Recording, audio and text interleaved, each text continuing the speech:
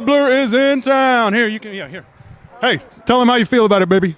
Gobble, gobble, baby. Hey. Good evening, good morning, good night, you lovelies. It is the one, the only Cappy D Barra, and we are here to talk about Dynamite, all right? November 26, 2025. I hope all of you are having an amazing day whenever you're catching this. Gobble, gobble. Happy Turkey Day. Happy Indigenous Remembrance Day. Hope all of you are having an amazing one whenever you are catching this. However you are catching this, hope you are spending the holidays fruitfully, okay? I'm unfortunately trapped, all right, between the two massive mommy thighs of capitalism, so I won't exactly be able to celebrate the holiday like the rest of you, but nonetheless, we are here, we're square, we're getting right into the goddamn news, okay? First things first, a piece of really good wrestling news. Caden Carter has officially signed with the dub, okay? Meaning that realistically, our next Owen Hart's tournament, or maybe even our next Ring of Honor's women's tournament for that belt with Athena, we're probably going to be seeing that. Caden Carter versus Athena, generational hoops on the way for that. And just in other personal news,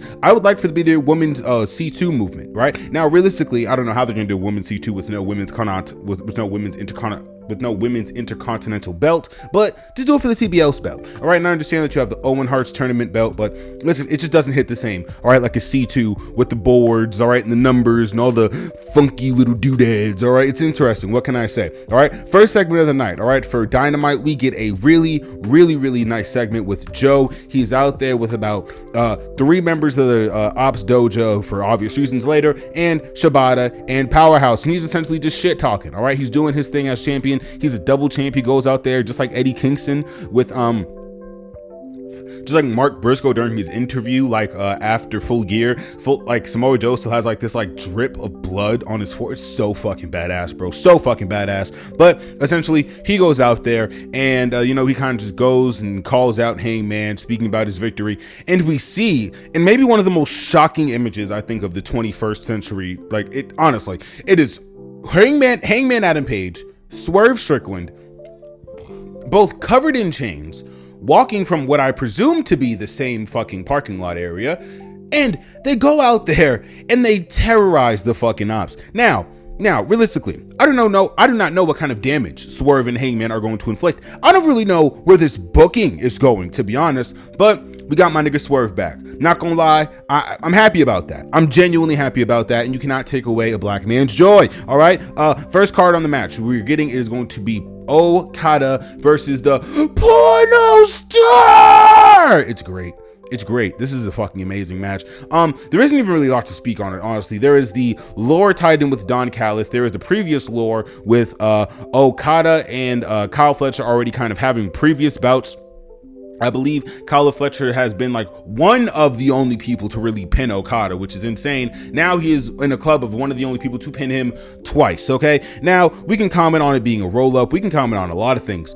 But what we're not going to ignore is the beauty in technical wrestling that we got from this match. And I really do just want to say this, right? The slow, kind of sluggish style with the right wrestler in that ring to counter it, it makes for a perfect match. And Kyle Fletcher is the perfect counter to a slower, more methodical style that Okada has imposed in his wrestling, to the detriment of, a lot of his fans, supporting him, a lot of older acts supporting him. They feel like he has lost his step. But honestly, I think working matches like this with Kyle Fletcher just shows you how fucking talented Okada is. And he gets the loss like in this he picks up a loss in this match, but it's not really a loss, it's a roll up, and he looks like a fucking beast. I mean, he doesn't even have the chance to hit Kyle with a Rainmaker because of how slick and how fucking agile Kyle is, and then for his size, for him to even be able to do any of that, oh man, Kyle is insane. There's a lot of this card that just showed the future of AEW, right? Like the match right after this, we get the Sisters of Wrath.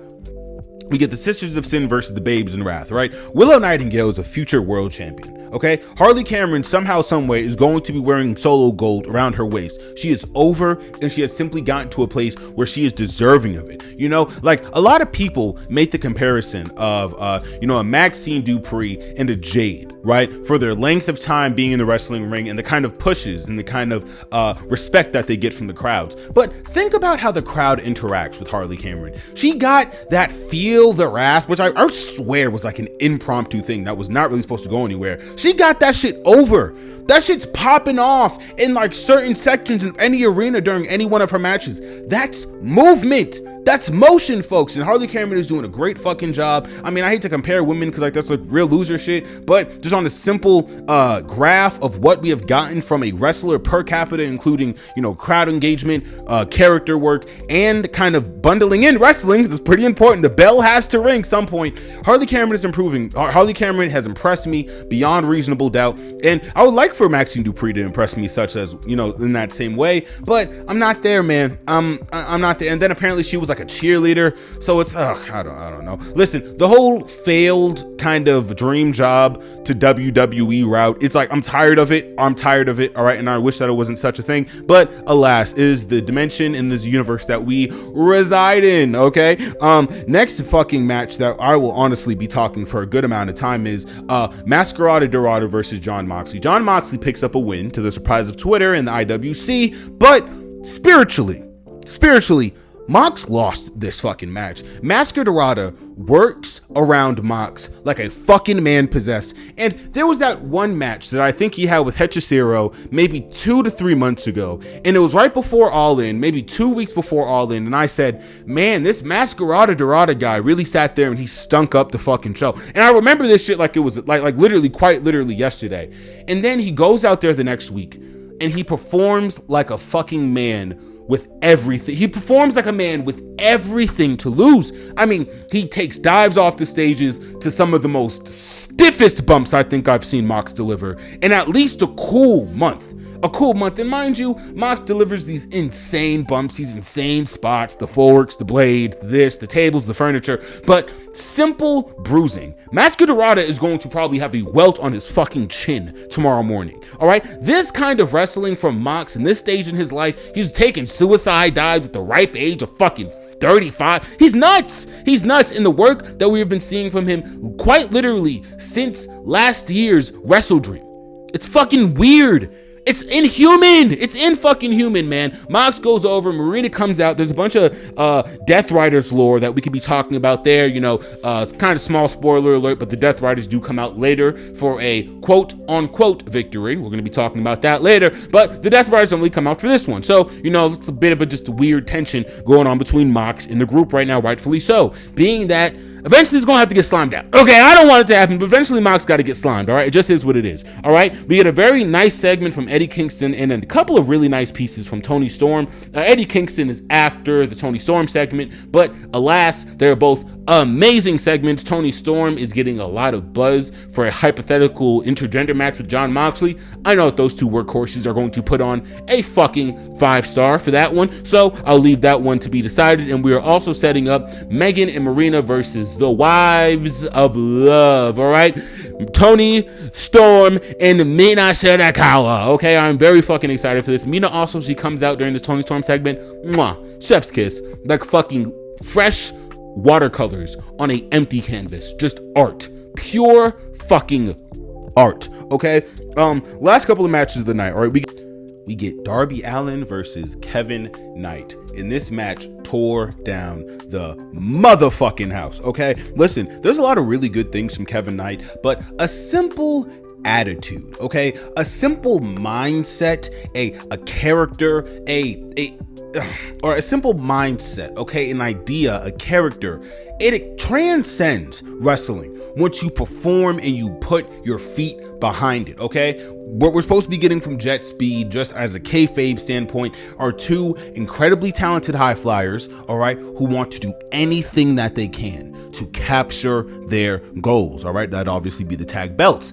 And for what we're getting with Kevin Knight in this series, it's obvious what the hypothetical goal is, the unified belt. There's a lot of confusion on that online, but I'm gonna be real fucking honest with all of you, okay? If it isn't unified belt, then I just don't fucking care about it. If it is the unified belt, then all of you can shut the fuck up. If it's the Intercontinental belt, which is half of the unified belt, who gives a fuck? Okay, listen, there's a lot of things that go into this. And Tony Khan, as I said, he's a bit of a belt mark. He's a bit of a weapons mark. All right, not gonna lie, so is your boy. Okay, so I'm not gonna be too crucial on him for that. What I will say though is that the rules have to be clear. They have to be cut. I mean, this unified title, it has to only end in one way. Okada versus Takeshita, the big house, the big fucking show, all of the lights, all the bells, all the whistles, main event.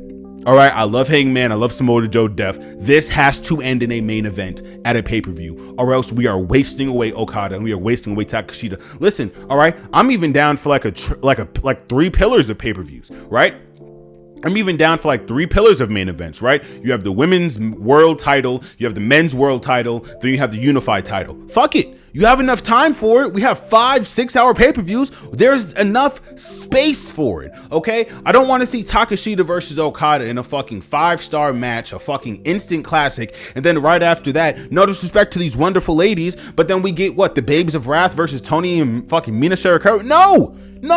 No, I'm sorry, no, okay? I want to see that show right next to fucking Hangman and Samoa, and maybe that's right next to Chris and whoever the fuck she goes up against. Chris and, I don't know, Raquel Rodriguez, maybe Chris versus Doink, okay? I don't know who the fuck we get, okay? But I do not want to see Okada and Takeshita wasting away in the fucking Q2, Q1 fucking hours of any pay-per-view. It's disrespectful, all right? We're not going to rant on this too much. This is kind of my diatribe.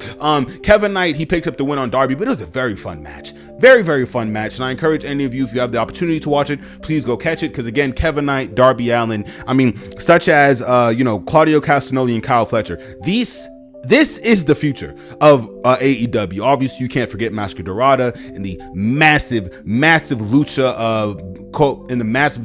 coalition that is both growing in New Japan somehow, somewhat, and CMLL. Also, with everything else going on in the Indies, ROH, it's beautiful. It's beautiful to see. And at any city AEW visits, there will be a lucha pop-off chant, and I think that's something beautiful. That's really something beautiful. I'm saying all this to say that a lot of great wrestling happening tonight, and especially from Mr. Kevin Knight. All right, just a nice showmanship of respect. Again, this is a tournament, so I'm not going to get too into kayfabe, heels and faces here. I personally would love a Darby Allin heel turn, kind of just reflecting on his time of Mount Everest and working that ice kind of cold-heartedness thing into his working that ice cold-hearted idea into his character somehow. There's also going to be a video for Drake's Iceman and how that's flopped miserably going up tomorrow, so you guys stay tuned for that. Just a little bit of self-promotion.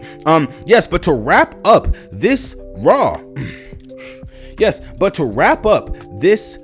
Dynamite, okay? Man never sleeps, okay?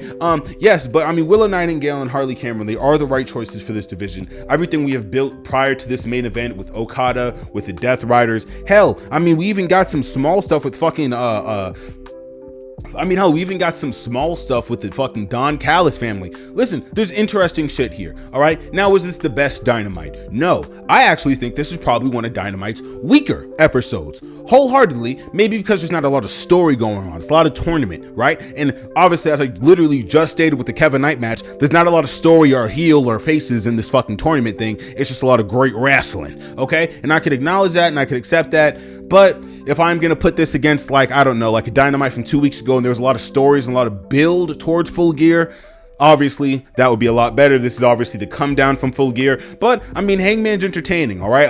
From the small stuff I've gotten from Collision, the small tapings that I've seen, quick little spoiler here, Eddie Kingston is apparently supposed to be challenging Samoa Joe. There are interesting things happening. I really do want to see where this plane lands though, and I'm really curious to see what the next build for Tony Khan is going to be. He's been on a great media run, and AEW has been performing fairly well, all right? Despite my personal opinions of this episode, I don't hate it. And I do think that there's a lot to appreciate, definitely lacking in the story department though, all right? So that was my official review for Dynamite, November 26, 2025, all right? I hope all of you have an amazing rest of your night, day, or evening whenever you catch this. All right, it's be your boy Cappity Bar, as I always say, stay safe, stay tuned, y'all stay beautiful. Peace.